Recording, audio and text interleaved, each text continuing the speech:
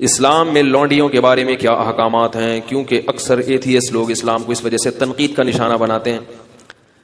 اسلام میں لونڈی کا تصور یہ ہے کہ پہلے زمانے میں جب جنگ ہوتی تھی تو جب دشمن کے مرد قتل ہو جاتے تھے تو اسلام نے عورت کو قتل کرنے سے منع کیا۔ جو عورتیں گرفتار ہو کے آئی ہیں، اب آپ کے پاس یا تو ایک آپشن ہے کہ ان سب کو کیا کر دیں، قتل کر دیں، یا ایک آپشن آپ کے پاس یہ ہے کہ ان کی شادیاں کرا کے باعزت طور پر ان کو کیا بنا دیں، مسلمانوں کی بولو بھائی بیویاں بنا دیں، یا ایک آپشن یہ کہ ان سب کو کیا کر دیں، ایسے ہی چھوڑ دیں، جاؤ بھائی آزاد ہو تم۔ نہیں آ رہی بات میرا خیال ہے۔ اگر ان کو قتل کریں تو یہ عورت پر کیا ہے، زیادتی ہے، ظلم ہے۔ اسلام نے جنگ میں عورت کو قتل کرنے سے منع کیا۔ اگر ان کو بیویاں بنائیں تو یہ فطری طور پر کوئی بھی اس کو کے لیے تیار بولو بھائی نہیں ہوگا۔ کیوں نہیں ہوگا؟ دشمن کی شکست خوردہ عورت کو کبھی بھی کوئی شخص بیوی بنانے کے لیے، بیوی پیرالل ہوتی ہے، آپ کے ہم پلہ ہوتی ہے۔ اسلام کوئی ایسا حکم نہیں دیتا جو نیچر کے خلاف ہو۔ آپ نے دشمن کو سے لڑائی کی، وہ آپ کے خون کے پیاسے تھے، ان کی عورتیں بھی مرد بھی، عورتیں بھی تو ان کے ساتھ لڑتی ہیں نا، یا اپنے شوہروں کو، اپنے جو مردوں کو اپریشیٹ کر رہی تھی۔ آپ نے زور اور طاقت سے اس دشمن کی پر قبضہ کیا، اب ان کی عورتوں کو اتنی عزت ہے کہ اپنی بیوی بنا لیں، یہ عملی طور پر ممکن نہیں ہے۔ سمجھ میں نہیں آ رہی بات میرا خیال۔ اور تیسرے آپشن کیا ہے کہ ان کو ایسے ہی آزاد چھوڑ دیا جائے۔ آزاد چھوڑیں گے تو ان کی کفالت کون کرے گا؟ وہ زنا کو پیشہ بنائیں گی۔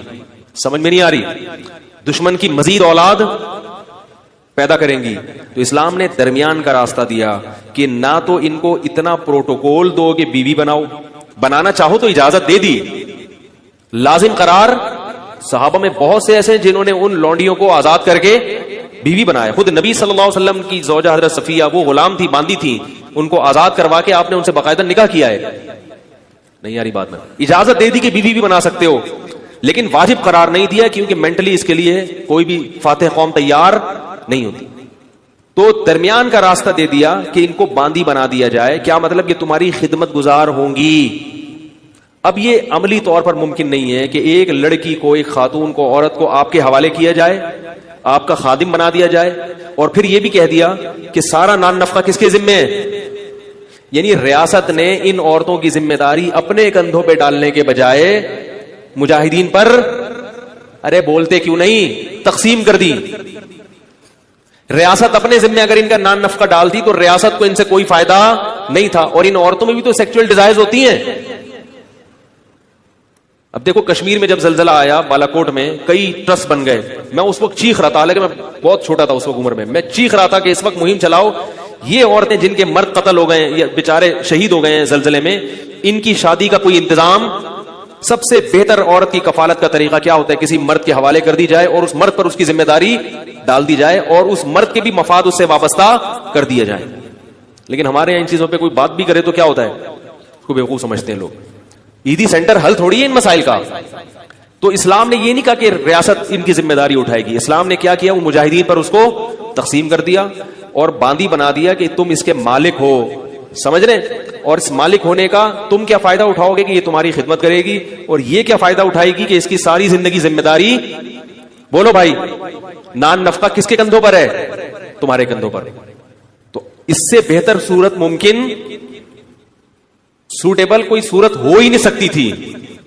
پھر اسلام نے اتنے حقوق دے دیے کہ مجاہدین کی باندی تو بنا دیا، تو اب یہ نہیں ممکن تھا کہ اسے سیکچوئل ریلیشن کو ناجائز قرار دے دیا جاتا، کیونکہ عملی طور پر ایسا ممکن کہ اس کو کہیں اور شادی سے بھی منع کر رہے ہیں آپ، اور آپ کے گھر میں بھی ہے وہ، اور آپ اس سے، اور اس میں بھی تو یہ اللہ نے خواہش رکھی ہے نا، اس کا بھی فائدہ ہے کہ مولا کو اس سے ریلیشن قائم کرنے کی اجازت دی جائے۔ اور پھر اس کے وہی احکام دے دیے جو نکاح کے ہوتے ہیں کہ کوئی اور مرد اس کو ہاتھ بولو بھائی۔ غیر مسلموں کے ہاں جو عورتیں جنگی قیدی ہوتی ہیں پبلک پراپرٹی بن جاتی ہیں، وہ اس کو تو دیکھ رہے ہیں کہ اسلام نے باندی بنایا، اس کو نہیں دیکھتے کہ ہم باندی نہیں بناتے مگر پبلک کی کیا بناتے ہیں، پراپرٹی بنا دیتے ہیں۔ اور اگر اس کو نہیں بناتے تو اس کی سیکشوئل ڈیزائر کا کیا حال ہے؟ اگر آپ کے پاس کیسے سمجھائیں بھائی اگر نہیں بناتے پبلک پراپرٹی تو اس کی جو ڈیزائرز ہیں وہ کیسے پوری ہوں گی؟ تو اسلام نے بہترین حل دیا تھا کہ ان کو بیوی نہ بناؤ بلکہ کیا بنا دو؟ باندی بنا دو، اور ساری ذمہ داری کس پہ ڈال دو؟ اس کے مولا کے کندھوں پہ ڈال دو۔ اس سے پھر اس کو کچھ پروٹوکول بھی دیے اسلام نے۔ وہ پروٹوکول کیا دیے؟ نمبر 1 قرآن نے کہا کہ قسم کھا کے اگر توڑ دے تو غلام یا باندی آزاد کرنی پڑے گی. اگر قسم کھا کے آپ نے توڑ دی, آپ کی ملکیت میں اگر باندی یا غلام ہے تو وہ آزاد کیے بغیر کفارہ ادا. یہ جو ہم کہتے ہیں نا 3 روزے 10 غریبوں کو, یہ اس لیے کہ باندیاں نہیں ہے, غلام نہیں ہے. اگر غلام یا باندی ہو تو وہ آزاد کرنا پڑے گا. تو ان کی آزادی کا بھی اسلام نے کیا کر دیا, ارے بولو نا یار, بندوبست کیا کہ کسی بہانے سے ان کو کیا کیا جائے, آزاد کی. جب آزاد ہوگی تو وہ بھی احسان مانے گی کہ اس نے آزاد کر دیا, لہذا وہ مسلمانوں کی دشمن نہیں بنے گی, وہ احسان مانے گی. اور دوسرا پروٹوکول یہ دیا, اور کئی کفارے اس میں. زہار میں کفارہ کیا ہے کہ باندی کو آزاد کیا جائے. کسی کا غلطی سے قتل ہو گیا, اس کا کفارہ کیا ہے, باندی کو آزاد کیا جائے. اور پھر ویسے بھی کہہ دیا کہ اگر کسی نے ایک دفعہ بھی زبان سے کہہ دیا کہ باندی آزاد ہے تو یہ ریورس نہیں ہو سکتا. مذاق میں کہہ دیا, نبی نے فرمایا مذاق میں کسی نے کہہ دیا, غصے میں کہہ دیا, جان کر کہہ دیا, لا طلاق ولا عتاق فی اغلاق, فرمایا طلاق بھی ہو جائے گی اور غلام بھی آزاد ہو جائے گا. طلاق میں تو رکھا 3 طلاقیں ہیں, اور غلام آزاد کرنے میں 1 دفعہ. طلاق میں 1 طلاق کے بعد رجوع کا حق ہے, 2 کے بعد بھی ہے. غلام اور باندی میں رجوع کا حق نہیں. آئی بات. تبھی غیر مسلموں میں جنہوں نے اسلام کا وسیع مطالعہ کیا ہے وہ کہتے ہیں اسلام نے غلامی کو ختم کیا ہے, اسلام نے غلامی کو پروموٹ. اس زمانے میں سب غلام بنائے کرتے تھے, اسلام واحد مذہب ہے جس نے غلامی سے آہستہ آہستہ انسانیت کو آزاد کیا ہے. ایسے قوانین بنا دیے. اور پھر ایک پروٹوکول باندی کو یہ دیا کہ اگر مولا کی اس سے اولاد ہو گئی تو اب اس باندی کو فروخت نہیں کیا جا سکتا. مولا کے مرنے کے بعد یہ باندی, بولو بھائی, آزاد ہو جائے گی. نہیں یاری بات پر, اگر اس سے اولاد ہو گئی آپ کے تو اب یہ باندی بالآخر آزاد ہو جائے گی. یہ پروٹوکول دے دیا اس کو. اور ایک عقد مکاتبت کی ترغیب دے دی قرآن نے کہ غلام یا باندی سے یہ عقد کیا جائے گا کہ اگر تم نے اتنے پیسے کما کے مجھے دے دیے تو تم کیا ہو, آزاد ہو. اور پھر حکم دیا مسلمانوں کو کہ جو غلام اپنے مولا کے ساتھ یہ ایگریمنٹ کر لے اس کے ساتھ کیا کرو, تعاون کرو. اس کو زکات کا پیسہ بھی دیا جائے گا, اس کے ساتھ تعاون کیا جائے گا تاکہ یہ مولا کو اتنے پیسے دے کے اپنی کیا کرے. نہیں یاری بات میرا خیال ہے, جان چھڑائے. صحیح ہے. یہ پروٹوکول غیر مسلموں کے ہاں نہیں ہے. تو بس سر سے ہی دیکھتے ہیں اسلام میں باندیاں بھی ہیں, لونڈیاں بھی ہیں, غلام وہ بھی ہیں. تو ہیں جن تفصیلات کے ساتھ ہیں وہ تفصیلات, اس سے اس زمانے کے شکست خوردہ قوموں کو عزت ملی ہے. پھر مسلمانوں میں جو باندیاں بڑے بڑے عہدوں پر فائز, یعنی علم کے لحاظ سے بڑے بڑے مقام پر فائز ہوئی ہیں, کیونکہ جب آپ کو پتا ہوتا ہے میری ہے تو پھر اس کی وجہ سے آپ کی عزت ہے. آپ کو پتا ہے یہ غلام میرا ہے, جتنا پڑھا لکھا ہوگا عزت کس کی ہوگی, میری. اس لیے مسلمانوں نے اپنے غلاموں کو پڑھایا لکھایا, تعلیم دلائی تاکہ ہماری عزت ہو معاشرے میں.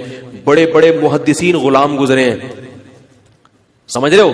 نافع عبداللہ بن عمر کے غلام تھے, بخاری اور مسلم کے بہت بڑے راویوں میں سے, اسلاف میں ان کا تذکرہ ملتا ہے. بخارا اور سمرقند سے قید ہو کر آئے تھے. بخارا جب روس میں لڑائی ہوئی تھی نا, صحابہ کرام کی فوجیں گئی تھی, یہاں سے گرفتار کر کے ان کو لایا گیا. عبداللہ بن عمر کے غلام بنے اور بخاری اور مسلم کے راویوں میں سے بہت بڑے محدث, بہت بڑے حدیث کے امام. کہاں سے لائے اور کیا بن گیا. یہ ہو گیا لونڈی والا. آج کل لونڈیاں نہیں ہیں کہیں بھی, کہیں آپ کسی ماسی واسی کو لونڈی سمجھنا شروع کر دیں. لونڈیوں کا سسٹم کیا ہو گیا. اچھا یہ بھی یاد رکھو, لونڈی سے سیکچول ریلیشن جب قائم کرنا جائز تھا کہ جب وہ اسلام قبول کر لے یا وہ عیسائی یا یہودی ہو. اگر وہ عیسائی نہیں ہے, یہودی نہیں ہے یا مسلمان نہیں ہوئی تو پھر اسے سیکچول ریلیشن کی اجازت, کیونکہ جیسے اہل کتاب سے ہی نکاح حلال ہے تو ایسے ہی باندیوں میں بھی ریلیشن صرف اہل کتاب یا مسلمان باندی سے تھا. جو مجوسی اور آگ کی پوجا کرنے والے, ان سے ریلیشن کی اجازت بولو بھائی نہیں تھی.